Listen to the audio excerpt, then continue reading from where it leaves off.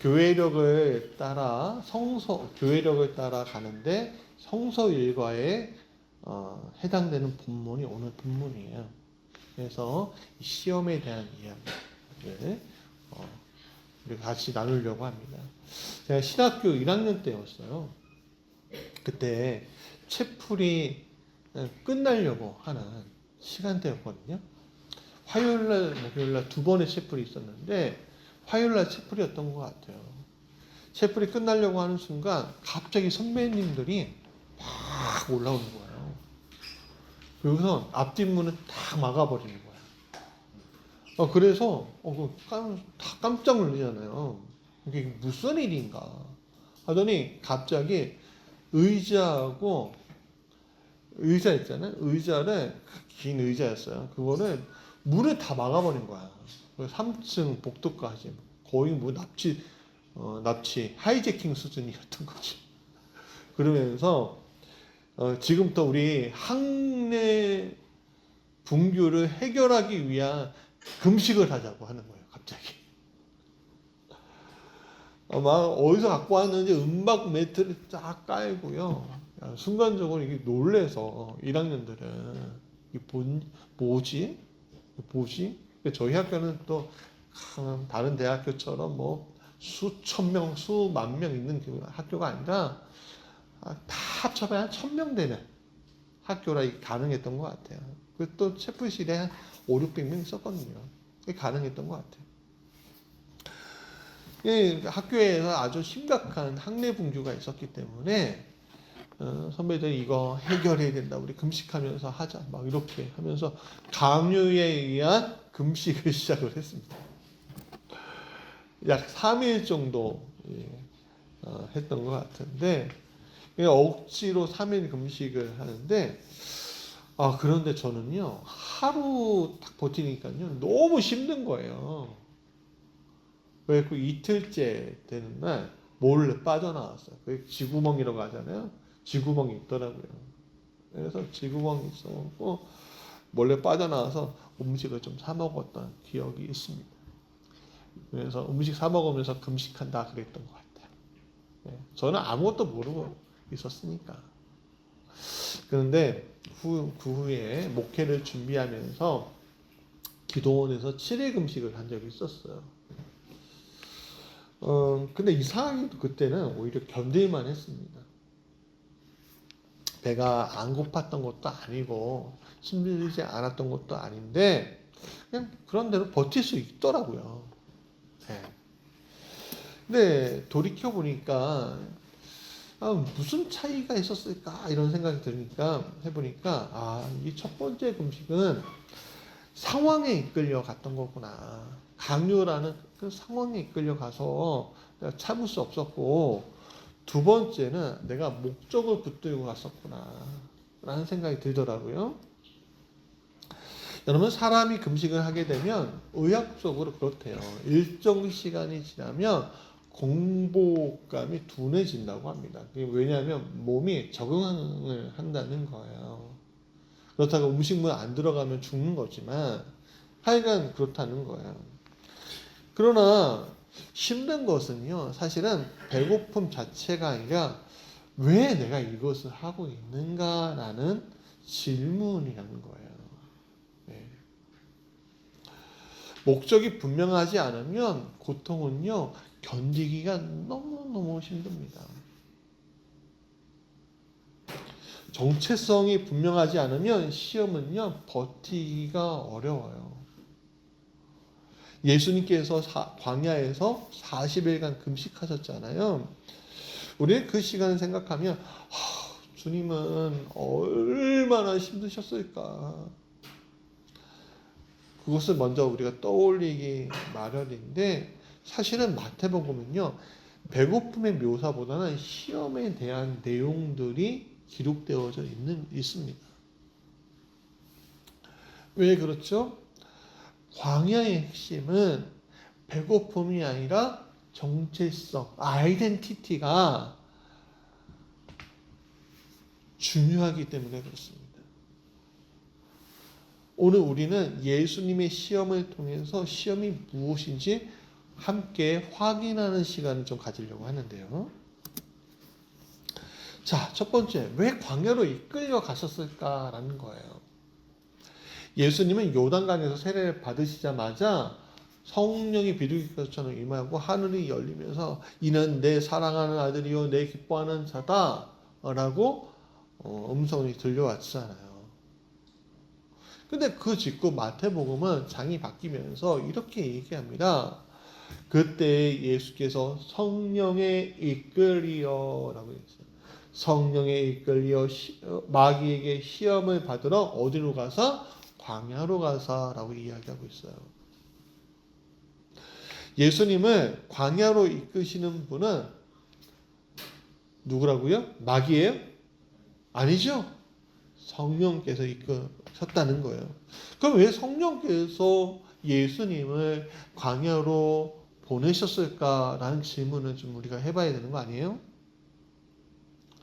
사랑하는 여러분, 세례를 받고 이제 사역 시작이다 하고선 달려가면서 열심히 무엇인가 하면 될 것처럼 느껴지잖아요. 근데 그렇지 않다는 거예요. 광야를 통과해야 하는 시간. 왜 그럴까요? 여러분, 광야는 사람이 모이는 것도 아니잖아요. 광야는 기적의 무대도 아니고 박수를 보낼 사람이 있는 것도 아니에요. 여러분, 마귀가 3번의 시험을 해서 통과했다고 해서 누가 박수칠 사람이 누가 있어요? 아무도 보지 않는 곳이 바로 광야예요. 광야. 다른 말로 사막이라고도 얘기하죠. 세례 때 선포된 아들이다라는 그 선포의 자리가 그대로 서 있는지 확인되는 자리가 바로 광야. 여러분, 정체성은 선언으로 끝나지 않고 정체성은 시험 속에서 드러나는 거예요. 여러분, 내가 그리스도다, 내가 그리스도인이다, 내가 하나님을 믿고 있습니다 라고 우리가 고백하잖아요. 근데 그 고백이 잘 되고 있을 때, 아, 나 하나님 믿고 있어서 이걸 복 받은 것 같아. 내가 이렇게 축복받았어. 우리 항상 그 얘기 많이 하잖아요. 그러면 많은 사람들이 하나님 믿으면 저렇게 축복받았고 빌딩도 사고 차도 굴리고 뭐 사장님도 되고 그런가 보다 라고 생각해서 착각했고 막 교회로 오는 사람들이 많았어요.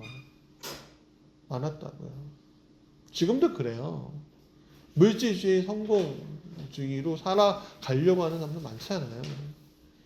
근데 내가 그리스도인이다 라고 고백하는 자리에는요, 사실 시험과 고통이 따르면요, 그것을 포기하는지 포기하지 않는지 확인할 수 있게 돼요. 많은 사람들이 성공을 위해서 왔다가 시험당해서 간다는 얘기를 많이 들어요. 무슨 시험이에요? 육체의 시험보다는요, 관계에 대한 시험, 또 여러 가지 내가 살고 있는 삶이 변하지 않는 것들의 상황에 대한 시험, 이런 여러 가지 시험들이 있잖아요. 교회도 마찬가지예요. 교회 개척하면서 내 목회는 왜 이렇지? 뭐 이런 것들도 시험이에요, 사실. 우리 얼마나 많은 시험을 당하는지 몰라요. 자녀에 대한 시험도 있고, 자녀가 아픈 것들 수도 있고, 막 그렇잖아요. 그러면 우리는 이렇게 얘기해요. 왜 하나님은 나에게 이런 고통을 주셔서? 책임 하나님께 돌리고요. 그런 다음에 하나님 떠나는 경우들이 많아요. 그러면 이렇게 얘기해요. 하나님은 좋은데 그 속에 있는 사람이 싫어서 나왔어요. 그런 얘기 정말 많이 하잖아요. 시험 통과하지 못하는 일들이 많잖아요. 자, 또 두 번째 모습을 보죠. 광야로만 간 게 아니라 금식하셨대요. 예수님은 40일을 금식했다는 거예요. 여러분, 40이라는 숫자는요, 많다라는 상징적인 숫자예요. 딱 40일이었는지 40일이 넘었는지 우리는 잘 몰라요. 예수님은 아시죠? 여러분, 40이라는 숫자는 상징수예요, 상징수. 근데 40일 동안 금식하셨다는 거예요. 그러니까 많은 날을 금식하셨다. 이렇게 보면 돼요. 근데 금식은 단순한 종교적 행위라고 우리가 많이 생각해요. 그래서 많은 분들이 기도에 가고 어떤 일을 결단할 때 금식할 때 내가 예수님처럼 40일 동안 금식하고선 기도에 매달려고 하나님께 응답받겠다 하고선 가셔서 그렇게 금식하는 경우들이 많이 있죠. 여러분, 근데 이 금식의 시간은 사실 나하고의 내 안에 있는 것과의 싸움이잖아요. 예. 이거는 뭐냐면 의존이에요. 의존. 의존을 정리하는 시간이에요. 먹을 것이 끊어지고 사람의 시선이 사라지고 환경의 도움이 사라질 때 남는 질문 하나예요. 나는 누구지? 정말 나는 누구인가? 여러분 금식 기도 시작하잖아요. 참 이상해요. 막 배고픈 것들이 막 생겨요. 배부를 때는요, 여러 가지 것들이 생각이 나요. 뭐 핸드폰 해야 되죠. 뭐 컴퓨터도 봐야, TV도 봐야 되죠. 애들 생각하고 전화도 해야 되죠. 뭐 여러 가지 것들이 다 생각이 나거든요. 배고프지 않을 때는요. 근데 배고플 때는요, 참 신기하죠. 배고픈 것만 생각해요. 배고픈 것만 생각해요. 그리고요, 내 안에서 계속 질문이 생겨요. 내가 왜 이거 하고 있지? 내가 이게 왜 이 금식을 하면서 뭘 하고 있는 거야? 여러분, 생각이 정리가 안 될 때는요, 금식하는 거 진짜 좋아요. 매일 금식하라는 얘기가 아니에요. 여러분, 금식이라는 건요, 모든 것이 끊기는 시간을 얘기해야 되는 거예요. 광야가 진짜 아무것도 안 보이는 광야를 광야이라고 이야기하지만 내 마음 가운데 광야에 살고 있는 사람들 많잖아요. 근데 그 속에서 우리가 그 광야를 살면서 무언가 막 추구하려고 하는 인생들이 엄청 많잖아요. 광야에 있으면서도 뭔가 추구해요. 뭔가 하려고 해요. 돌을 가지고선 집을 지으려고 그래요. 모래를 파갖고 뭔가 덮으려고 해요. 광야에서도 오늘 우리가 광야에 살고 있는데 그렇게 한다니까요. 그런데 예수님의 방법은, 하나님의 방법은 다 내려놓고 하나님께 모든 걸 맡기고 모든 의존을, 세상적인 의존, 나를 위한 모든 의존을 다 끊어버리는 거예요. 그러면 그 순간에 질문이 나타나는 거예요. 내 안에서 질문. 모든 것이 끊어지고 제거하는 자리. 그 자리에서 정체성이 분명해지는 거예요. 능력이 아니라, 환경이 아니라 하나님과의 관계가 나를 규정하는 자리가 바로 우리가 이야기하는 광야다. 여러분, 광야는 하나님의 사람들이 지나가는 자리였어요. 예수님만 지나갔던 게 아니에요. 아브라함 보세요. 약속 하나 붙잡고 광야 같은 길에 그냥 가버리잖아요. 모세 보세요. 40년 동안 미디안 광야에 있었어요. 다윗 보세요. 그는요, 왕으로 기름 부음 받았지만 쫓겨갖고 광야에서 먹고 살아야만 했어요. 엘리야를 보세요. 갈멜산의 승리를 얻었지만 곧바로 실패한 다음에 어디로 가요? 광야로 가잖아요. 그는 죽을 때도 광야로 갔어요. 하나님 곁으로 올라갈 때까지. 여러분, 하나님은 사람을 사역으로 먼저 세우는 거예요. 사역으로 먼저 세우는 것이 아니라 정체성으로 먼저 세우시는 거예요. 그래서 광야는 사람을 무너뜨리는 곳이 아니라 사람을 빚으시는 거예요. 직함이 벗겨지고 능력이 가려지고 환경이 정리되는 곳. 그때 비로소 나타나는 것이 하나님과 나 사이라는 거죠. 저는 젊은 세대에게 이 광야가 필요하다고 이야기하는 사람이에요.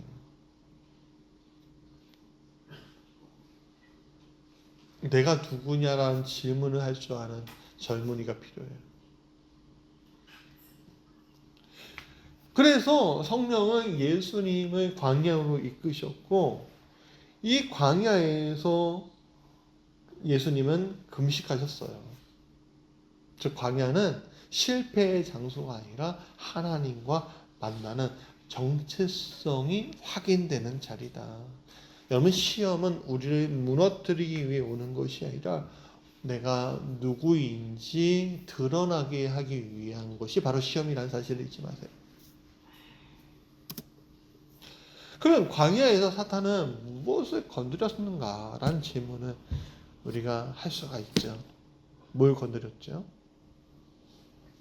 자, 광야는 정체성이 드러나는 자리라고 분명히 말씀드렸죠. 그럼 사탄은 무엇을 공격했어요? 마태복음 4장을 자세히 보면 사탄의 말은 3번 모두 같은 구조예요.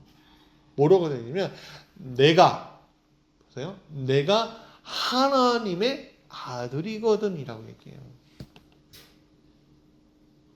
그 다음부터 얘기해요. 내가 하나님의 아들이거든. 다른 말로 우리가 얘기할 수 있잖아요. 우리 신앙적인 말로 뭐라고 할 수 있어요? 너가 그리스도인이거든. 너가 예수 믿는다고 얘기하는 사람이라면 너가 사명을 받은 사람이라고 그렇다면 이렇게 얘기해요. 여러분 돌을 떡으로 만들 수 있느냐가 핵심이 아니에요. 성전에서 뛰어내릴 수 있느냐가 핵심이 아니에요. 천하를 얻을 수 있느냐가 핵심이 아니에요. 핵심은 정말 내가 하나님의 아들이냐, 너가 그리스도인이냐, 너가 하나님의 자녀이냐, 정말 그러냐라는 게 핵심이라는 거예요. 여러분 시험은 능력을 묻는 것이 아니에요. 시험은 정체성을 묻는 거예요. 그럼 첫 번째 시험은 뭐예요? 생존이 너를 정의하는가예요. 생존에 대한 문제예요. 이 돌들로 똑똑이가 되게 하라. 얼마나 정확한 말이에요. 배고프잖아요. 여러분 40일 동안 난 금식해 본 적이 없어요. 한번 시도를 해봤는데 안 되더라고요. 저는. 가장 배고플 때예요. 배고파서 못하겠어요. 배고파서. 정신적으로 딸리더라고요. 여러분 배고프면요. 정신적으로 저하되고요. 모든 것이 저하가 돼요. 주변의 이야기도 안 들리더라고요. 그냥 내 안의 이야기만 들리는 거예요. 사탄은 말해요. 야, 배고프면 내 방식으로 해결해봐 라고 얘기해요. 내 방식이 기적이잖아요. 기적. 물을 가지고 뭘 만드셨어요? 포도주 만드셨잖아요. 물질이 바뀌는 기적이 있는 거예요. 예수님한테는 뭐예요? 물질이 바뀌는 기적이 있어요. 어떻게 여러분 물하고 포도주하고 같아요? 성질은 같죠? 액체라는 거. 근데 그 안에 성분은 다르잖아요. 근데 예수님 말씀하시잖아요. 사람이 떡으로만 살 것이 아니요 라고 얘기해요. 여러분 아르들의 정체성은 돌을 떡으로 만든 기적이 아니에요. 그걸로 규정되는 것이 아니에요. 예수님이 수많은 기적들을 보여주셨잖아요. 그렇죠? 안전뱅이가 일어나잖아요. 기머거리가 듣게 되잖아요. 눈먼 자가 보게 되잖아요. 상처 입었던 자가 어떻게 돼요? 공동체로 다시 들어가는 그리고 죽은 자가 일어나는 놀라운 기적들이 있잖아요. 근데 그게 정체성으로 규정되는 것이 아니란 얘기예요. 그런 환경이 예수님을 정의하는 것이 아니에요. 야, 너가 하나님의 아들이거든 이런 기적들을 일으키는 게 당연한 거 아니야? 그거 하면은 내가 인정할게 라는 그 시험 앞에서 우리가 그래 내가 보여주지. 내가 보여줄게. 그게 아니라는 거예요.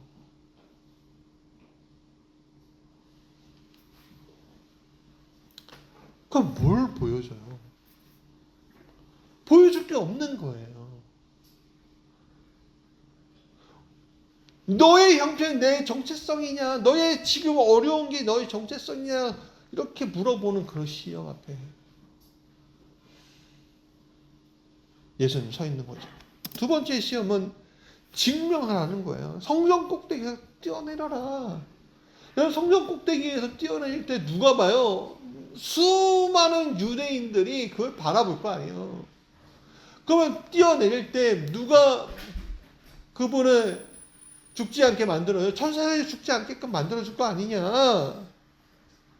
하나님 너를 지켜주신다는 거 보여줘. 여러분 정체성이 불안하면요 사람들이 증명하려고 합니다. 증명하려고 해요. 여러분 우리는 증명하려고 사는 사람들이 아니에요. 저에게 이전 목사 너가 목사로서 너를 증명해봐. 그런 시험들이 있어요. 여러분들에게도 그런 시험들이 있잖아요. 너가 그리스도인이거든 증명해봐.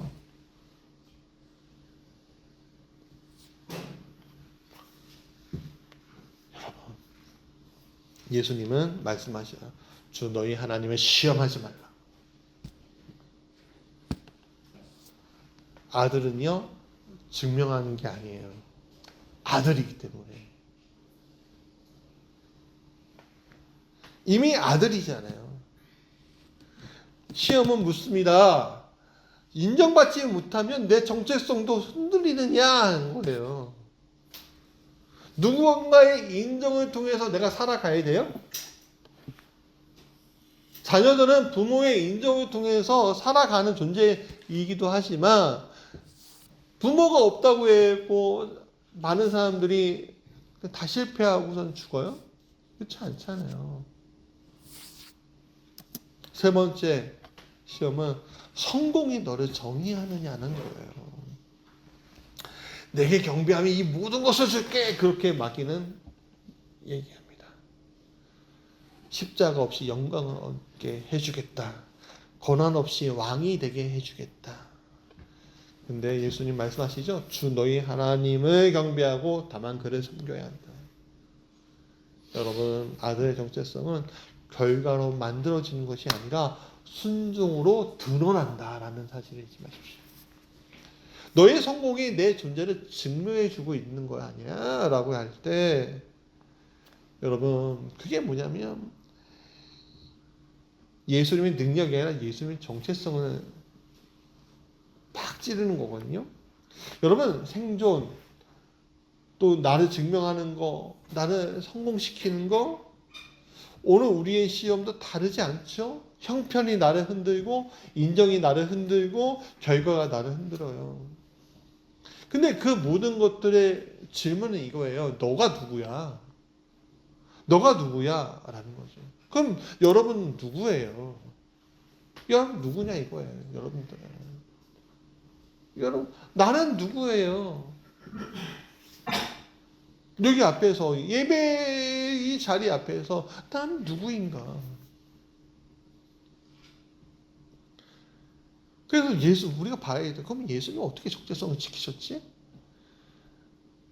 광야에서는 예수님은 기적을 일으키지 않으셨어요. 물이 포도주가 될 때도요. 어머니 마리아께 뭐라고 해요? 내 때가 되지 않았습니다라고 얘기하시잖아요. 예수님의 능력을 과시하기 위해서 무엇인가 하시는 분이 아니에요. 침묵으로 버티신 것도 아니에요. 예수님은요. 말씀으로 응답하셨다는 거예요.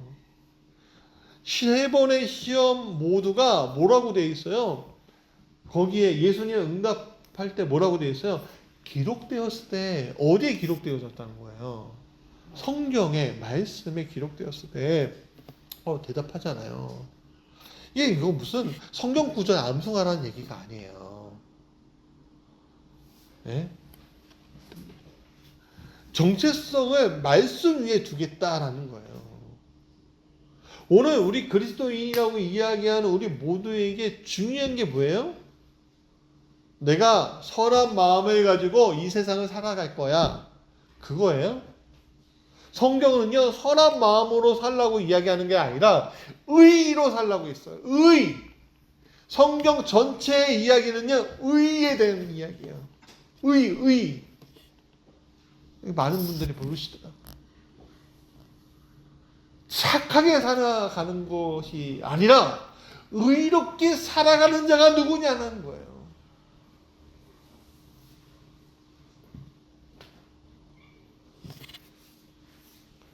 여러분, 시험은 감정을 흔들고 환경을 흔들고 생각을 흔들어요. 그래서 많은 사람들이 그 흔들리는 그 느낌으로 자신을 대변하고 대처하죠. 그러나 예수님은 다르셨어요. 예수님은 느낌으로 반응하지 않으시고 상황으로 판단하지 않으시고 말씀 그 자체로 자신을 규정해 버리셨어요. 배고플 때 어떤 말씀하셨어요? 사람이 떡으로만 살 것이 아니라 하나님의 말씀으로 살 것이다. 그러니까 나는 배고픈 존재가 아니라 나는 하나님의 말씀으로 사는 존재야. 두 번째는 증명의 요구 앞에서 주 너의 하나님을 시험하지 말거라 라고 얘기해요. 자신의 정체성을 기적을 뭔가 보여줌으로써가 아니라 하나님과의 신뢰 관계를 지키는 것으로 자신을 보이셨다는 거예요. 그러니까 나는 신뢰 안에 있는 아들이야. 성공의 제한 앞에서 주님의 말씀 이렇게 했어요. 주 너희 하나님을 경배하고 다만 그를 섬기라. 예수님 결과보다 관계를 선택하셨다는 거예요. 나는 영광으로 정의되는 존재가 아니라 아버지께 속한 아들이야. 하는 것입니다. 마찬가지예요. 오늘 배고픔 앞에서 배고픔이라는 게 뭐예요? 뭔가 내가 재화를 획득하고 나를 뭔가 채워야 되고 하는 게 그런 거 아니에요. 또 때로는 너가 누구야? 라고 하는 그 증명을 우리는 요구받을 때가 있지 않아요? 때로는 너 기왕 이렇게 된 거 성공해야 되지 않아? 좀 멋지게 살아봐야지. 아니 김포 쪼가리에 땅떼기 하나 없이 사는 것보다 김포에서 건물 좀 짓고 성공했고 서울 강남에 가는 게 이 인생의 목표 아니야? 잘 생각해봐. 한강을 바라다 보면서 배 이렇게 돌아가는 인생, 그 뷰를 보는 인생 얼마나 좋아. 그게 오늘 우리의 모습인 거죠. 마귀가 그렇게 얘기해요. 그때 우리는 뭘 가지고 갈까라고 할 때 기록되었을 때 하나님의 말씀으로 가야 한다. 자, 말씀의 결론이에요. 자, 여러분, 예수님의 시험을 이기신 것이 아니에요. 정확하게는 시험을 이긴 게 아니라 자신의 정체성을 놓치지 않았던 거예요. 시험을 이기는 힘은 의지가 아니에요. 참는 능력도 아니에요. 정체성이 분명하면요, 시험은요, 방향을 잃어버려요. 광야에서 예수님은 아들로 서셨던 거예요. 오늘 우리에게 시험이 와요.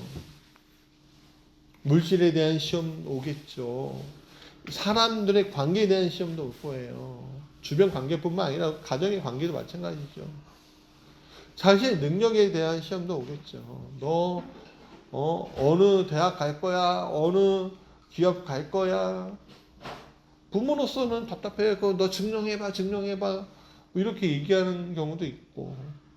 네? 또 우리 자신도 자녀 세대에게 이렇게 얘기해요. 아니, 엄마, 아빠가 됐으면 어느 정도 돈은 줘야 될 거 아니야. 주변에서 마찬가지로 얘기하죠. 좀, 여러분, 명절 때요. 명절 때 참 이상하죠? 가난한 집에 오지 않아요.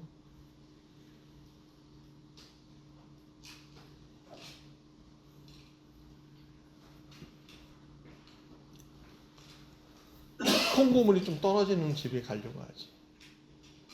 물론 의가 좋은 사람들은 그렇지 않아요.